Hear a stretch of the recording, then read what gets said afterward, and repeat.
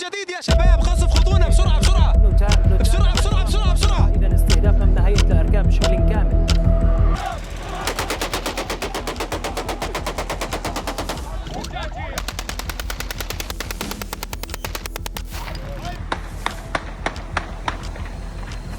The U.S. envoy to Turkey on early Saturday said that Israel and Syria have agreed to a ceasefire after Israel intervened in an armed conflict between Syrian government forces and Bedouin tribes from the Druze minority, with days of bloodshed leading to the killing of 300 people.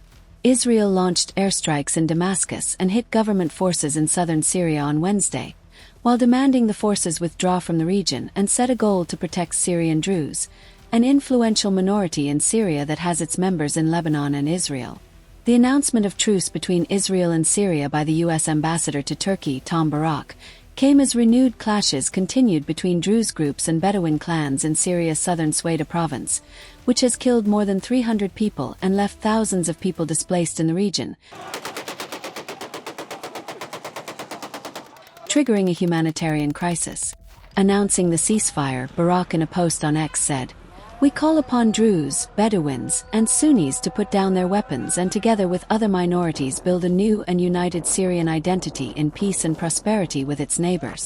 Barak, who also serves as the U.S. Special Envoy to Syria, informed that the ceasefire deal between Israel and Syria was supported by Turkey, Jordan, and other neighboring countries. However, the Israeli embassy in Washington and Syrian consulate in Canada have not issued any statement regarding the truce.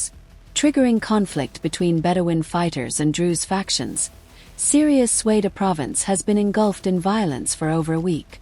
Israeli officials on Friday said Tel Aviv agreed to allow Syrian forces limited access to the Sweida area of southern Syria for the next 2 days, Reuters reported.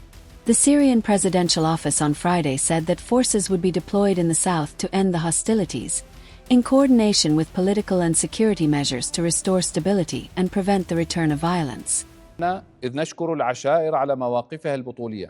Syrian leader Ahmed Al Sharaa called for complete cooperation with a ceasefire on Saturday. Israel bombed Damascus after Al Sharaa sent in Syrian troops to quell ongoing fighting between Druze and Sunni Bedouin militias in the city of Sweida.